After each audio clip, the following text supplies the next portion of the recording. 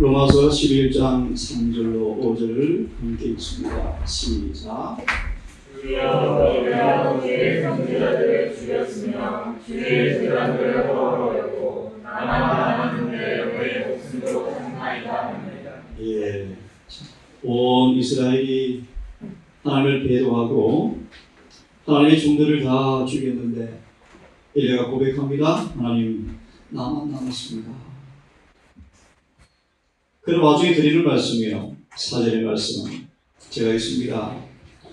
그런 엘리야의 하늘 앞에 여호와의 대답이 무엇입니까?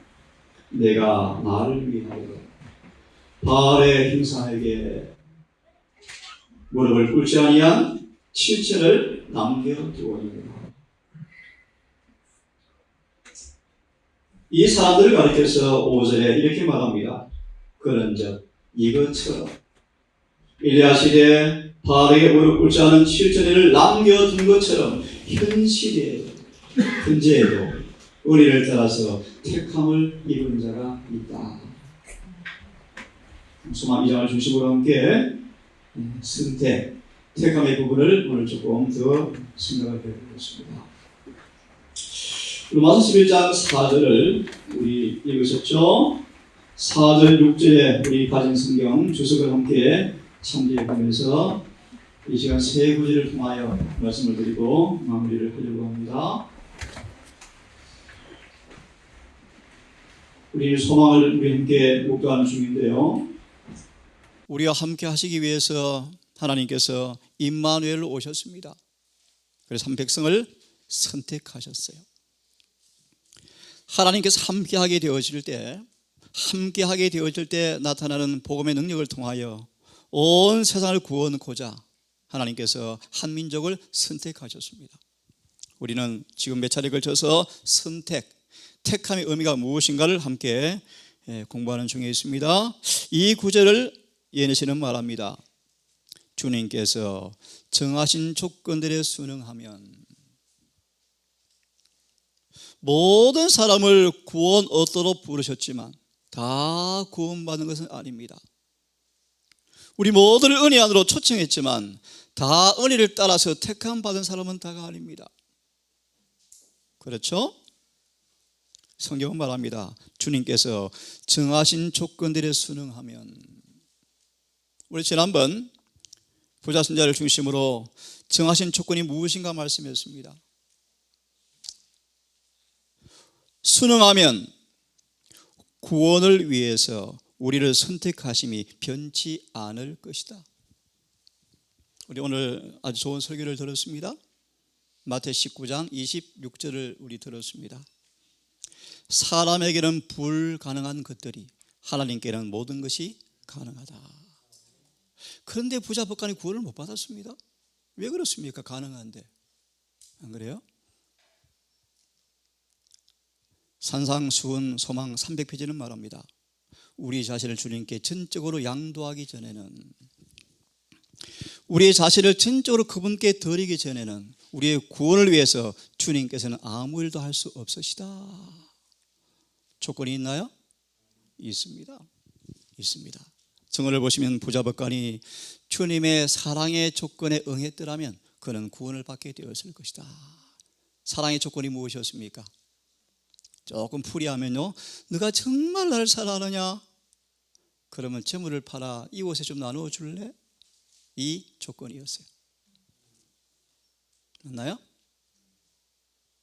너무 사랑하셔서 이 부자 관원을 구원하고 싶어져서 사랑으로 조건을 제시했어요. 그 조건이 무엇입니까? 내 가진 재물을 팔아서 참 나눠주면 좋겠다. 그 길만이 너 속에 있는 탐심, 이기심의 마귀를 내어 쫓는 유일한 길이 그 길밖에 없다. 여러분, 우리 사람들은 병을 고치려고 수천만 원을 쓴대요. 그래 안 그래요? 써요. 암 고치려고요. 수천만 원을 써요. 수천만 원. 수억을 써요. 수억을요.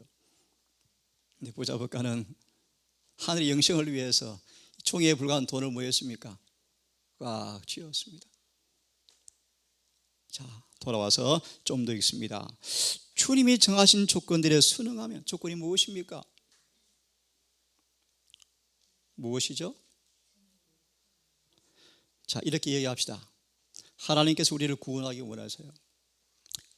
그러려면 그분이 내 안에 뭐 하셔야 합니까? 들어오셔야 돼요. 그런 의미에서 조건이 무엇입니까? 그분이 내 안에 들어와서 마음껏 일할 수 있도록 내 자신을 늘 뭐 하셔야 돼요? 들으셔야 돼요. 그걸 성경은 뭐라고 표현하죠? 순종. 늘 그분이 내 안에 역사하도록 내 마음을 그분께 뭐 하면, 드리면, 마음을 드린다 뜻이 무슨 뜻입니까, 여러분? 의지를 바친다 뜻이 무슨 뜻입니까? 무슨 뜻이죠? 예를 듭시다. 요셉이 시험이 그를 애워서 합니다. 시험이 애워서 할 때 요셉은 그 시험에 눈과 관심을 돌리지 않고 사실은 늘 마음과 생각을 어디에 고정시켜요? 하늘에 사물해요. 그럴 때 시험이 오는 즉시로 요셉은 어디를 달려갑니까? 주님께로. 늘 요셉은 하나님과 교통하는 습관인지라 그 시험의 순간에 즉시 자신을 드리게 되었을 때, 잘 들으세요, 순종하게 되었을 때 하나님께서 그의 의지와 애정과 사상과 목적과 동기와 사상을 뭐합니까? 주장하시죠. 이걸 다른 말로 예수 안에 거한다 뜻입니다. 주장하자 요셉은 모든 시험에서 뭐합니까? 승리하죠. 돌아옵니다. 정하신 조건에 순응하면, 다른 말로 순종하면, 우리의 의지를, 우리의 마음을 그분의 말씀 앞에 굴복하면, 내 생각과 육신의 충동에 따라 자신을 맡기지 아니하고 성령의 음성 앞에 자신을 바치면 구원을 위해서 우리를 선택하심이 변치 않을 것이다. 그분의 계명에 대한 완전한 순종은 우리가 하나님을 사랑하며 죄에 의하여 강팍하게 되지 않았음을 증거하는 것이다. 그리스도는 매 시대마다 뭘 갖고 계신다? 교회를 갖고 계신다. 교회 안에는 교회와 맺은 관계에도 불구하고 향상이 없는 사람들이 있다. 왜 그렇습니까? 정하신 조건에 순종하지 않기 때문이에요. 문자가 왔어요. 원장님, 성경 하루 몇 시간 보면 돼요? 여러분, 몇 시간 보면 됩니까? 그렇게 제가 문자를 올렸어요. 시간이 문제가 아니에요. 내 하루 삶을 말씀이 나를 주장하도록 아침에 말씀 뭐 하셔야 돼요? 충분히 헌신하셔야 돼요. 그렇죠? 헌신된 말씀이 하루에 내 삶을 주관하도록 충분히 시간을 그분께 뭐 하셔야 돼요? 드려야죠. 자, 마저 읽고 마무리를 합니다. 교회에 맺은 관계도 불구하고 향상이 없는 사람들이 있다. 그들 자신이 선택의 조건을 깨어버린다. 하나님의 계명에 대한 순종은 그분의 교회 특권들에 대한 권리를 준다. 자, 마무리하면 이 엘리야 시대에 엘리야의 탄원 앞에 주님께서 답하시기를 바알에게 물을 꿇지 않은 몇 명이 있다? 그들이 어떤 사람들이었습니까? 계명에 순종한 사람들이었다. 연결해서 한 두 구절만 보고 마무리하려고 합니다. 에베소서를 펴보시면 잘 나와 있죠? 한번 펴보십시다. 에베소서 1장의 말씀을 좀 펴셔서, 에베소 1장을 좀 펴셔서 4절 함께 큰 소리로 읽습니다. 5절까지 4절 5절 함께 읽습니다. 시작.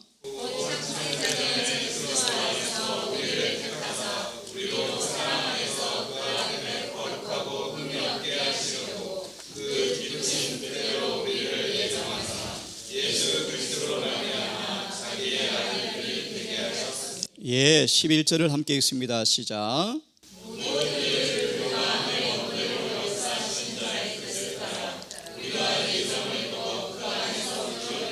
예, 예정을 입었다, 택하심을 입었다, 미리 선택하셨다 라는 말씀을 쓰십니다. 특히 사진을 다시 보시면 창세 전부터 우리 모든 사람을 그래서 예수 안에서 뭐 하셨다? 택하셨다, 이렇게 말씀하십니다. 이 택하심의 의미를 제 인간적인 설명보다도 바로 말씀을 보시면 훨씬 좋을 것 같습니다. 한번 펴십시오. 4절 5절 11절 한번 펴십시오. 이런 제목이 있죠. 무조건적 선택이란 있을 수가 없다라는 말씀이에요. 하나님은 가인과 아벨을 다 마셨습니까? 야곱과 에서를요 선택하기 원했습니다. 하지만 둘 다 마지는 않았습니까? 선택하지는 않았죠. 그죠? 자, 한번 이 말씀은 앞에 문단은 같이 읽으면 좋겠어요. 자, 하나님의 시작.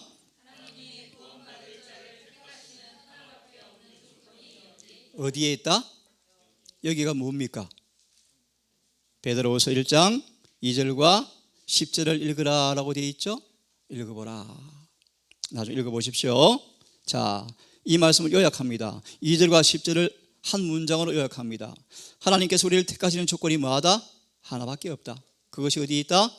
베드로서 1장 2절과 10절에 있는데 그 말씀의 의미가 뭔가 읽습니다. 그것은 시작.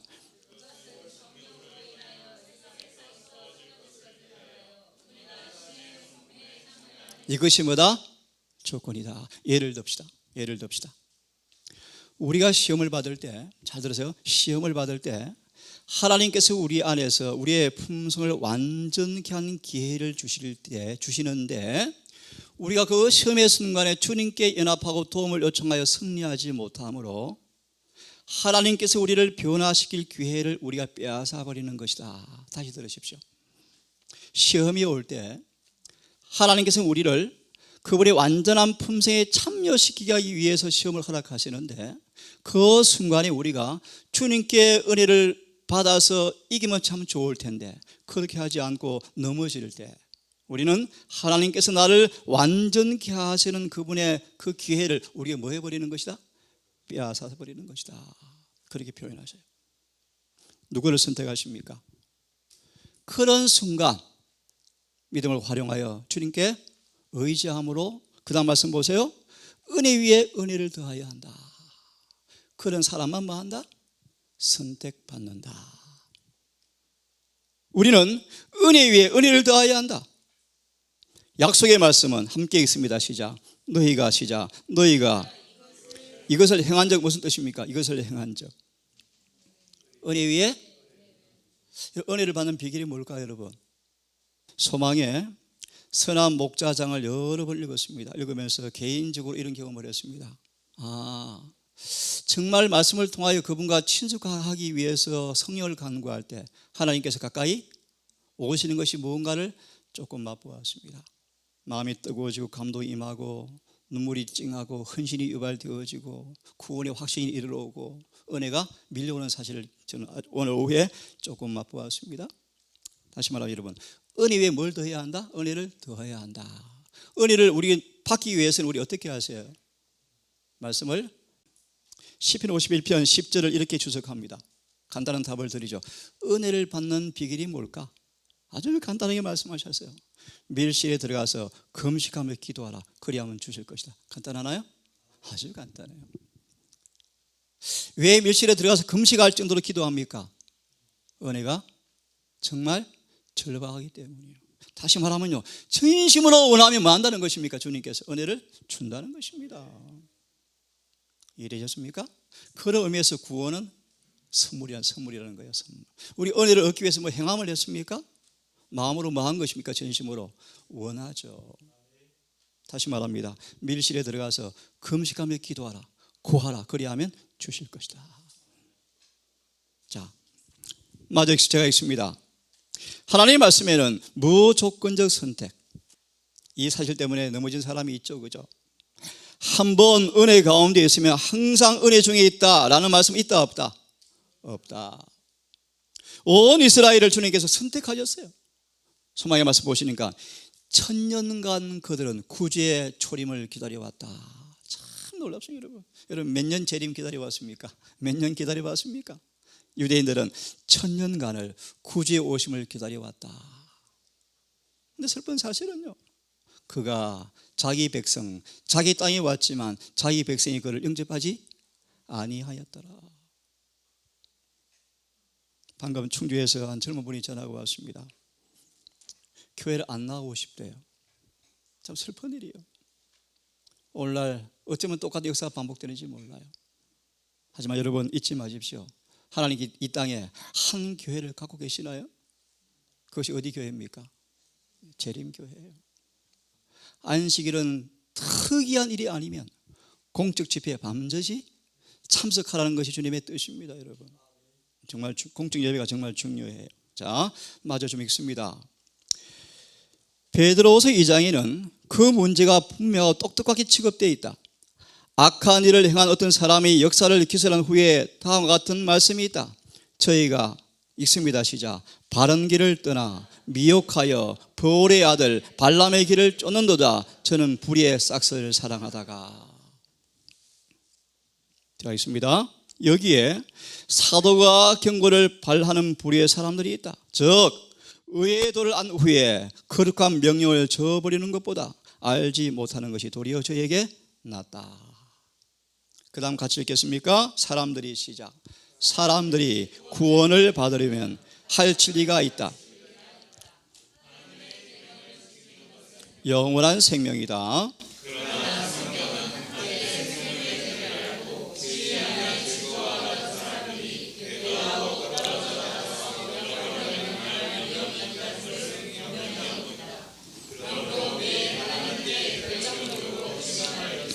예, 그러므로 한번 은혜 안에 들어오면 항상 은혜 안에 있다는 것에 선택의 교리를 지지하려는 사람들은 누구나 다 여호와가 말하노라 하시는 분명한 말씀을 거역하고 있는 것이다. 참으로 회심한 사람들은 그의 죽으심을 본받아 그와 함께 장사되어지고 그의 부활을 본받아 무덤에서 일어나서 새 생명 가운데 뭐 해야 한다? 행하여야 한다. 맞았습니다. 시작. 그들은 진리를 신실하게 순종함으로 그들의 부르심과 택하심을 굳게 해야 한다. 마지막으로 한 구절만 보고 우리 마칩시다. 베드로후서를 펴십시오. 1장입니다. 베드로후서 1장을 펴서 하나 읽고 마지막 구절 보고 우리 마무리를 합시다. 우리 아까 베드로후서 1장 2절과 10절을 인용했죠. 2절과 10절. 우리 함께 2절과 4절까지를 한번 먼저 읽어보겠습니다. 2절과 4절을 먼저 한번 읽어보겠습니다. 시작.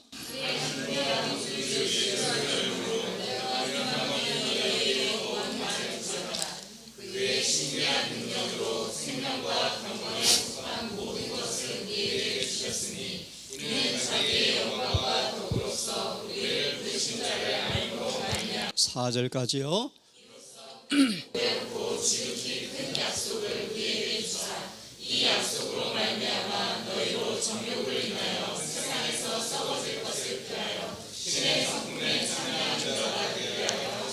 예, 감사합니다. 자, 이 구절을 우리 한 두 시간 더 보고 마무리하면 되겠습니다. 1장에 우리 용기 되는 말씀 먼저 봅시다. 4절에 보시면 4절을 펴보십시오. 이런 제목이 있죠. 가능케 하시는 하나님의 은혜. 가능케 하시는 하나님의 은혜. 자, 또 한번 읽습니다. 시작.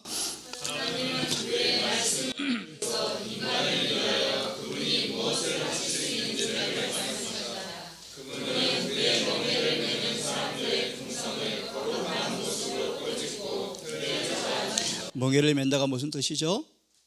순종, 복종, 사랑의 봉사. 그 다음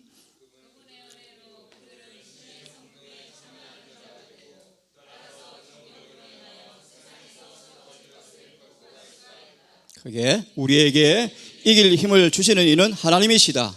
그의 목소리를 듣고 그의 계명들을 순종하는 자들은 의로운 품성을 이룰 수가 있다. 그분의 명령을 무시하는 사람들은 그들이 갖고 있는 성질과 같은 모습으로 품성이 형성될 것이다. 그러므로 마지막으로 오른쪽 바로 맞은편 보세요. 10절의 말씀 뭐라고 되어 있죠? 택하심을 위한 값은 모든 인류를 위해서 뭐 되었다? 치불되었다. 자, 제가 좀 읽습니다. 하늘에 들어갈 준비를 하지 않는 사람이 하늘에 들어가는 일은 있다 없다? 있을 수가 없다.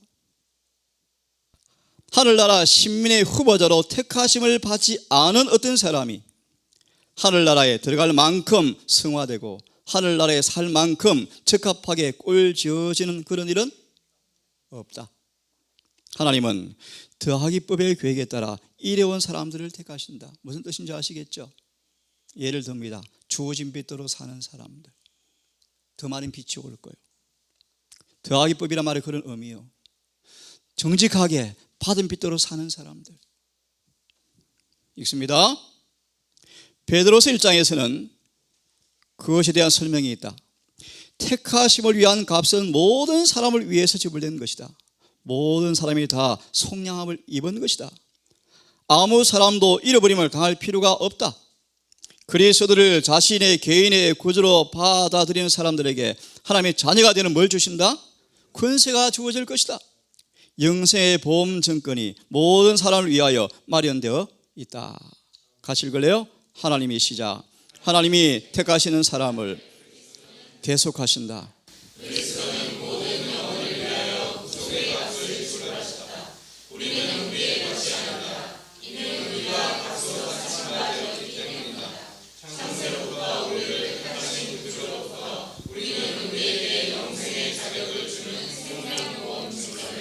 예, 그래서 마지막으로 그 다음 말씀 같이 읽습니다. 하나님의 택하심은 어디에 있다?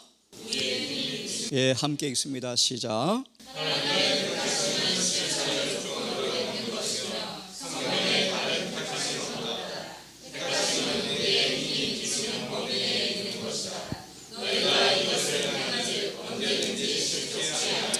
예, 그래서 마지막으로 마태복음 22장 우리 잘 아시는 구절을 하나 보고 마치십시다. 마태복음 22장 우리 잘 아시는 말씀이죠.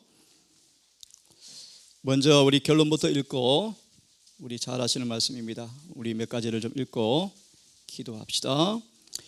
22장 우리 잘 아시는 말씀이요. 14절을 먼저 함께 읽어보겠습니까? 자, 시작. 예, 참 슬픈 이야기입니다. 부름받은 자는 참 많지만 선정된 사람은 참 적다. 자, 제가 좀 읽습니다. 1절과 3절을 보시면 임금이 아들을 위해서 혼인잔치를 다 준비해 놓았습니다. 사람들을 5절 초청합니다. 7절까지를 잘 보십시오. 여러분 어떤 내용인지 아시겠죠? 이 초청은 보통 초청이 아닙니다. 저 이렇게 표현하기를 좋아합니다. 예수의 피 묻은 초청장이에요. 그죠? 이 초청장을 5절에 가볍게 여기는 사람들,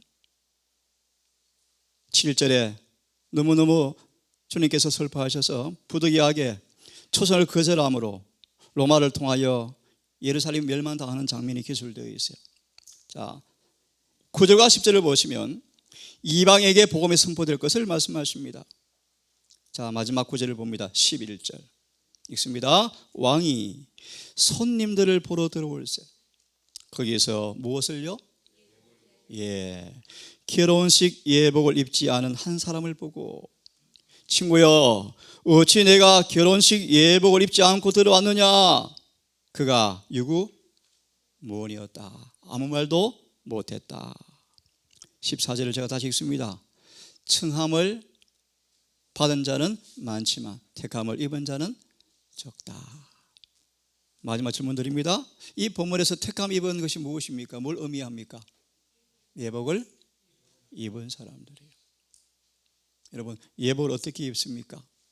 어떻게 지킵니까? 어떻게 깨끗이 보존할 수 있을까요? 이것이 신앙의 핵심이죠.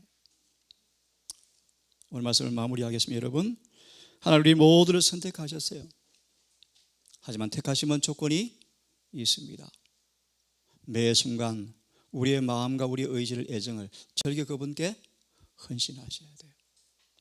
매 순간 그분이 말씀 앞에 자신을 드려야 합니다. 은혜를 늘 더하셔야 합니다. 시험이 올 적마다 주님께 피하셔야 합니다. 은혜를 절대 놓치지 말으셔야 합니다. 여러분, 오늘도 남은 이 한 날을 은혜 안에서 성령 안에서 걷는 여러분 되기를 간절히 바랍니다.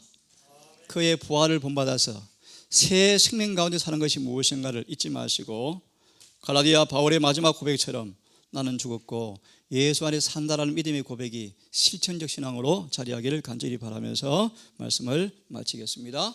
걸어가신 아버지, 우리의 타락한 본성은 조금만 방심하면, 기도를 게을리하면, 성경 연구를 더 아니하면, 주님의 사업에 헌신하지 아니하면 사단의 자식인 우리 본성은 우리를 그냥 두지 아니하고 여지없이 외부의 적 마귀와 손을 잡고 마음을 더럽히는 죄를 범할 수밖에 없는 사실임을 고백합니다. 아버지, 그럴진데 매 순간 우리가 심령이 가난한 모습으로 마치 포도나무 가지가 절대 원통치를 떠나서는 열매 맺을 수 없다는 사실을 기억하고 기도가 호흡처럼 습관되어지고 말씀이 늘 마음에 인쳐진 바 되게 해주시고 매 순간 성령 안에서 호흡하는 기도의 삶을 살게 해주셔서 사단 마귀가 우리를 더럽히는 모든 시험에 응하지 않는 충성된 주님의 자녀로 늘 주 앞에 시험받기를 소망합니다. 아버지, 온 이스라엘을 선택하셨습니다. 무한한 은혜의 선물을 주셨고 율법과 복음과 선지자와 수많은 기회를 주었지만 엘리야 시대처럼 바르게 물을 꿇지 않은 자가 얼마 없다는 사실을 보게 되었습니다. 현 시대에도 교회에 관계를 맺고 있지만 영적으로 향상을 하지 못하는 자가 있다고 말씀하셨습니다. 아버지, 우리 모든 가족들 늘 은혜의 은혜를 더하는 경험을 통하여 절대 은혜를 헛되이 받지 않는 우리 모두가 되게 하셔서 은혜의 효능과 강력한 능력을 통하여 변화가 실제가 되게 하시고 늘 주와 만나 교제하고 하나가 되어지는 그 놀라운 복음의 신앙을 경험하는 행복한 자들 되게 인도해 주시옵소서. 아버지, 우리의 안목에 정말 주의 재림이 드디 보이고 징조가 이루어지지 않은 것처럼 보일지 모르지만 시몬처럼 성령의 인도를 받는 사람들은 느낀다고 깨닫는다고 말씀하셨습니다. 아버지, 우리의 마음의 심장의 고동이 주님과 화합되어져서 하나로 움직이는 진정한 주님과 하나가 되는 경험을 통하여 주의 재림을 준비하는 지혜로운 처녀가 될 수 있도록 인도해 주시옵소서. 자비하신 아버지, 이 동산교회가 이 남은 교회 가장자리에서 파수꾼으로서 우리의 삶과 우리의 은행과 우리의 증거하는 말을 통하여 이 교회에 신선한 은혜를 공급하는 나누어주는 통로가 되고 싶습니다. 이제 아버지 안식일이 맞춰져 갑니다. 남은 시간 함께 하시고 새로운 한 달도 저 천성을 향해 여행하는 재림 신도라는 사실을 잊지 말고 깨어 기도하는 것이 우리의 삶이 되게 인도해 주시옵소서. 이 모든 말씀을 우리를 사랑하시는 예수님 이름 의지하여 기도드리옵나이다.